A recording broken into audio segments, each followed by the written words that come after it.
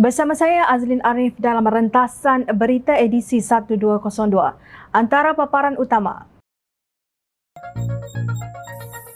Pengkhianatan itu satu jasa.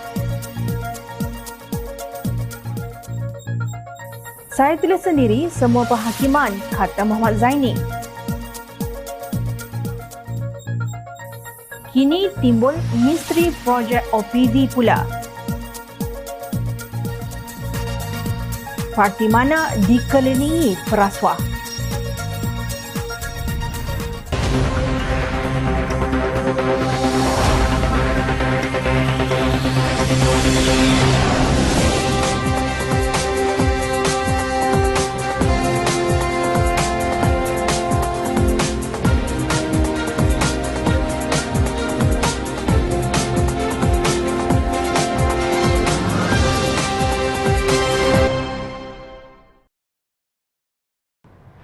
Assalamualaikum dan salam sejahtera. Kerana pengkhianatan bersatu, pimpinan Tan Sri Mahyadin Mat Yassin bersama kumpulan Datuk Seri Muhammad Azmin Ali daripada Keadilan memberi peluang kepada UMNO dan PAS untuk menjadi kerajaan. Namun, Timbalan Presiden PAS Datuk Seri Ustaz Tuan Ibrahim Tuan Man melihat tindakan bersatu itu sebagai amat berjasa.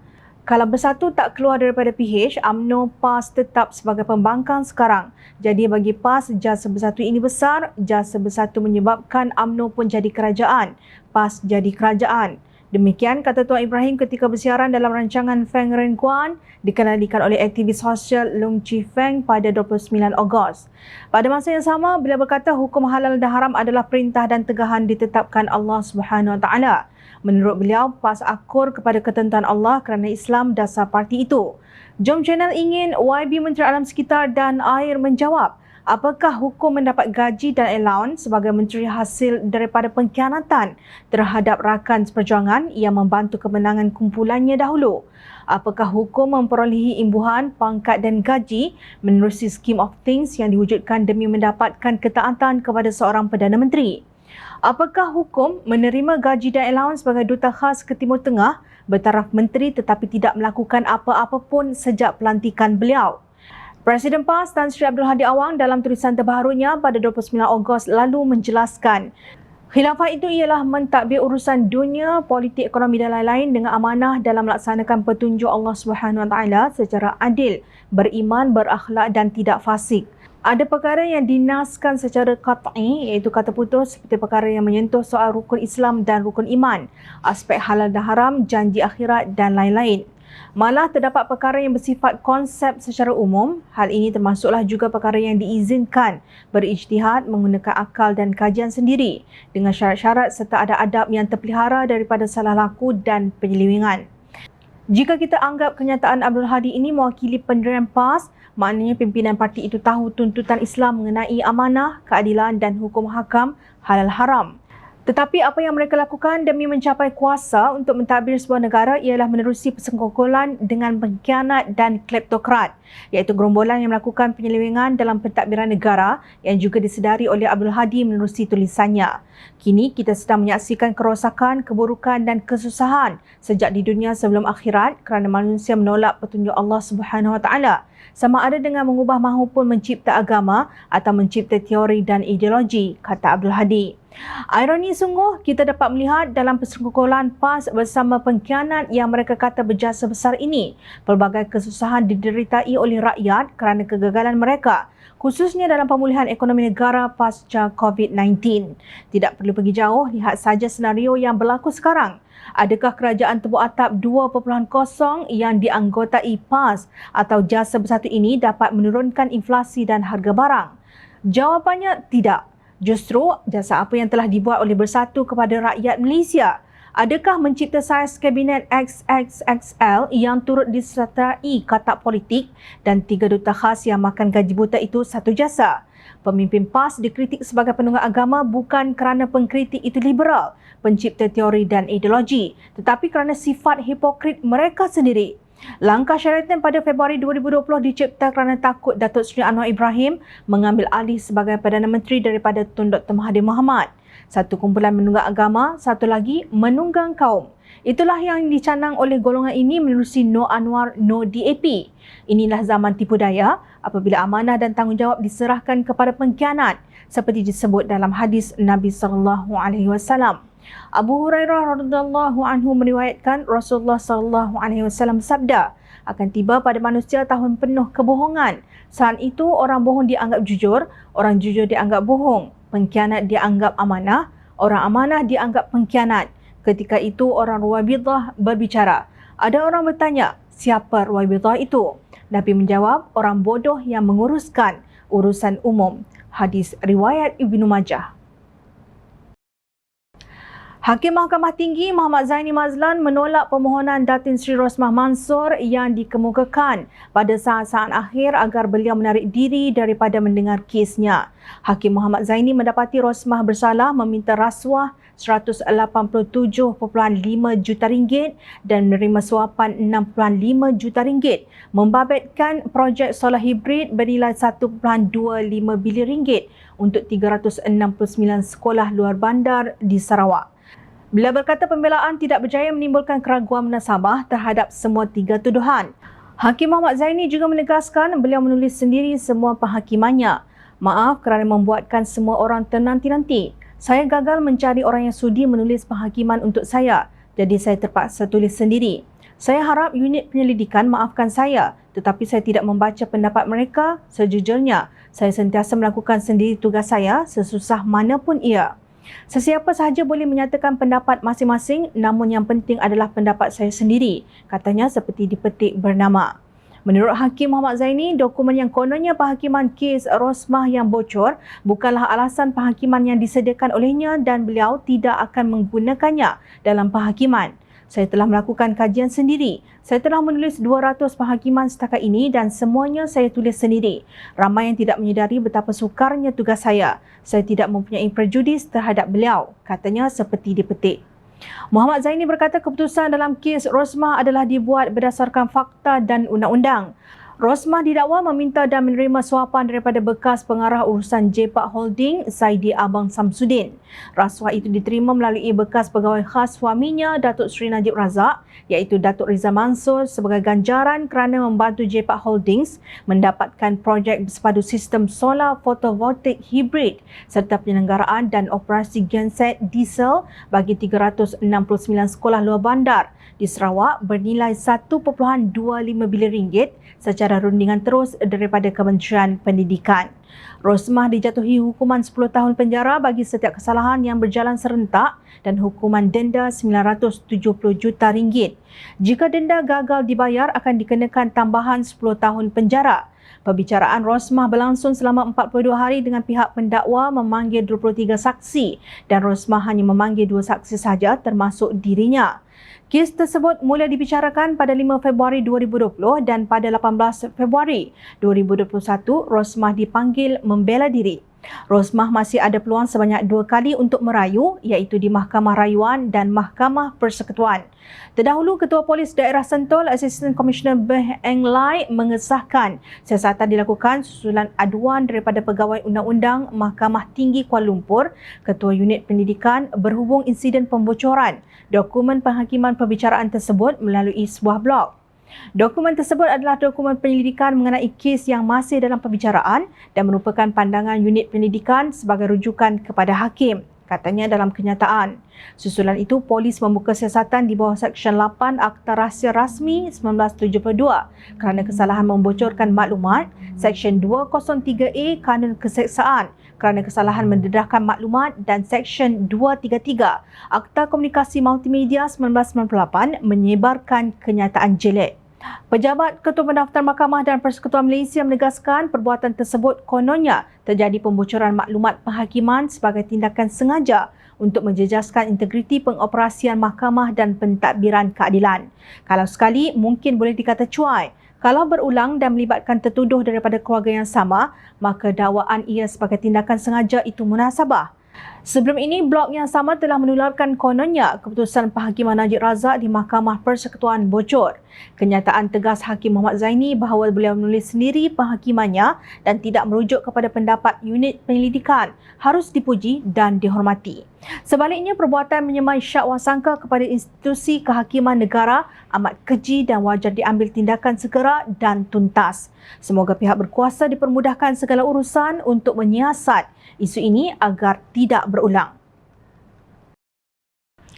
Belum lagi misteri perolehan kapal pesisir pantai LCS untuk Tentera Laut Diraja Malaysia TLDM yang dianugerah kepada Boston Naval Shipyard BNS bernilai RM9 bilion oleh Kementerian Pertahanan menerusi LOA secara rundingan terus pada 16 Disember 2011 terjawab.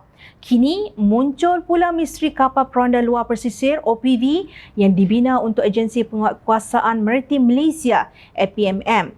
Menurut Naib Presiden Amanah Datuk Seri Dr. Mujahid Yusof Rawak, kontrak untuk memperolehi OPV tersebut telah diberi kepada TH Heavy Engineering Berhad THHE secara rundingan terus pada tahun 2017 dengan bersyarat. Kata Mujahid, syaratnya THHE hendaklah mengadakan joint venture dengan sebuah syarikat lain bernama Destiny Berhad. Mujahid mempersoalkan bagaimana anugerah kontrak yang begitu besar demi menjaga keselamatan negara itu diberi kepada syarikat yang tidak memiliki kepakaran dalam bidang pembuatan kapal.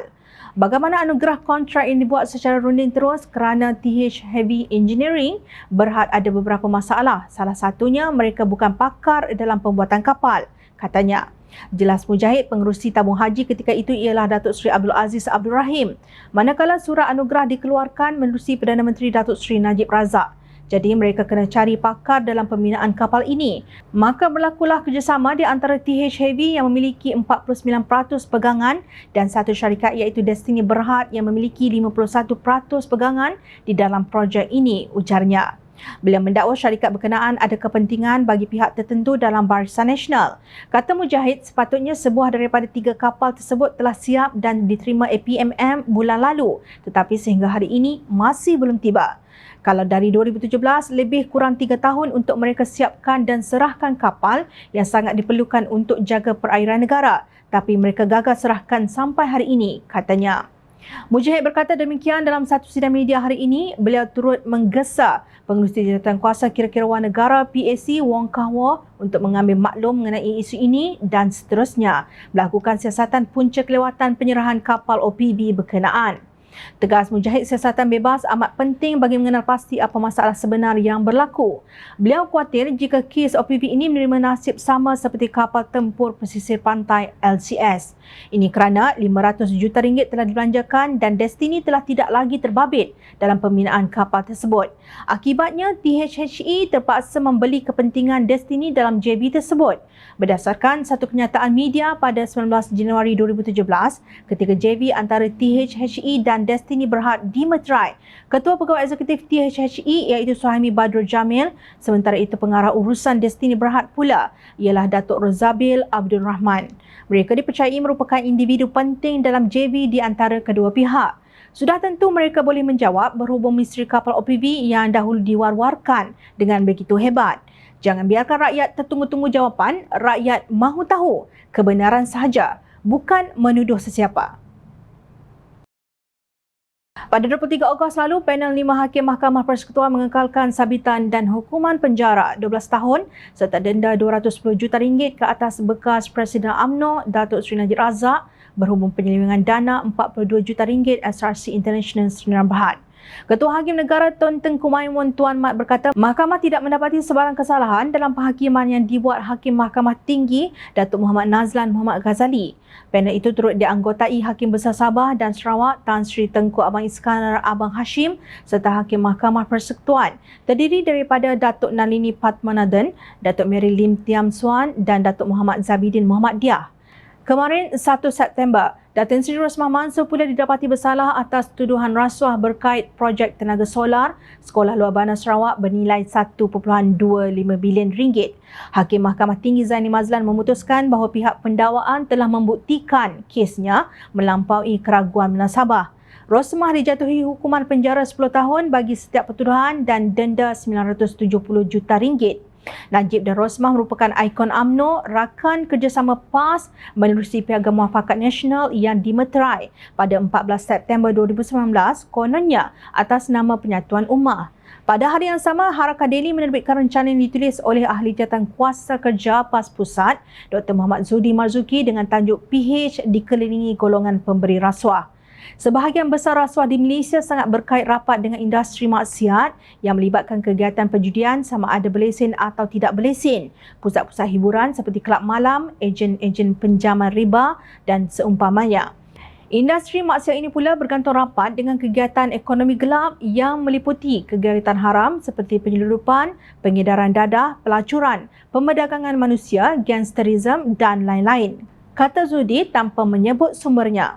Zudi seterusnya mendakwa tindakan kerajaan melaksanakan sistem cukai barangan dan perkhidmatan GST mendorong pemain-pemain industri dosa dan ekonomi gelap mengalihkan sokongannya kepada pembangkang. Dakwaan ini juga mengarut kerana sehingga hari ini tidak ada pemimpin politik Pakatan Harapan yang dihukum atas pertuduhan mengambil rasuah daripada pemain-pemain industri maksiat ini. Yang kita sering baca di dada akhbar ialah berita pegawai penguat kuasa yang ditahan Suruhanjaya Pencegahan Rasuah Malaysia SPRM kerana dipercayai menerima rasuah bagi melindungi pusat judi.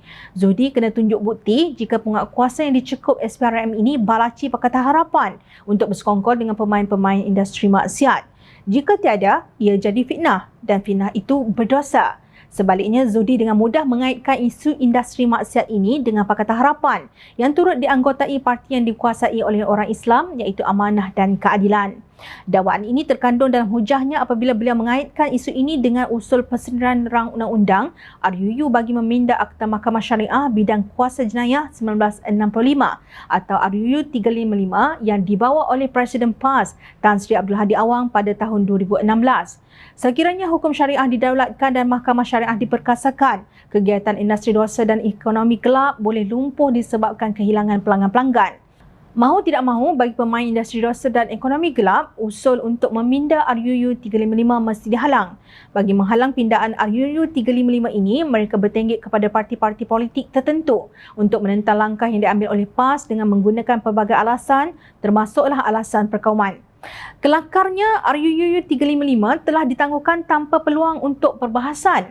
Hari ini, Zudi menuding jari kepada Pakatan Harapan kononnya dikelilingi oleh perasuah yang menyuburkan pemain-pemain industri dosa dan ekonomi gelap. Untuk menentang PAS dalam arena politik, mereka mengelilingi musuh politik utama PAS iaitu PH. Pemain-pemain industri dosa dan ekonomi gelap inilah yang ramainya tergolong sebagai pemberi rasuah.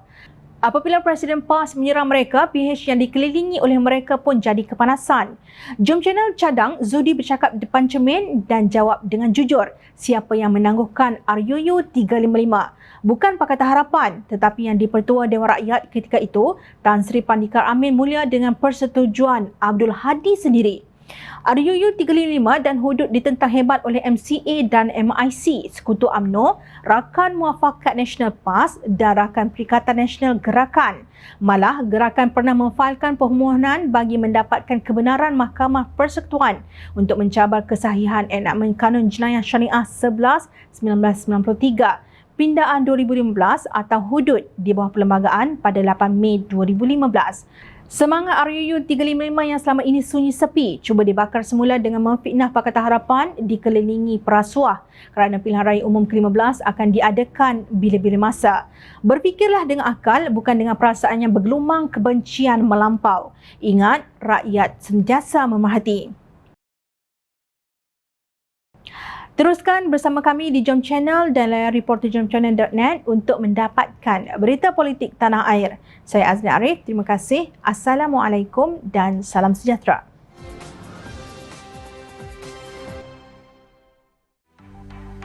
Mencari maklumat dan berita politik yang bebas, kupasan yang tepat, panas. Dapatkannya secara eksklusif hanya di Jom Channel. Komitmen kami, rentasan berita Isnin hingga Jumaat. Berbicara dan isu semasa, kami garapkan secara langsung. Panel-panel berkaliber dan profesional. Interaktif, pandangan anda kami raikan. Jangan lupa bersama kami di setiap hujung minggu dalam edisi khas mingguan. Jom Channel, moving forward, sharing a new experience.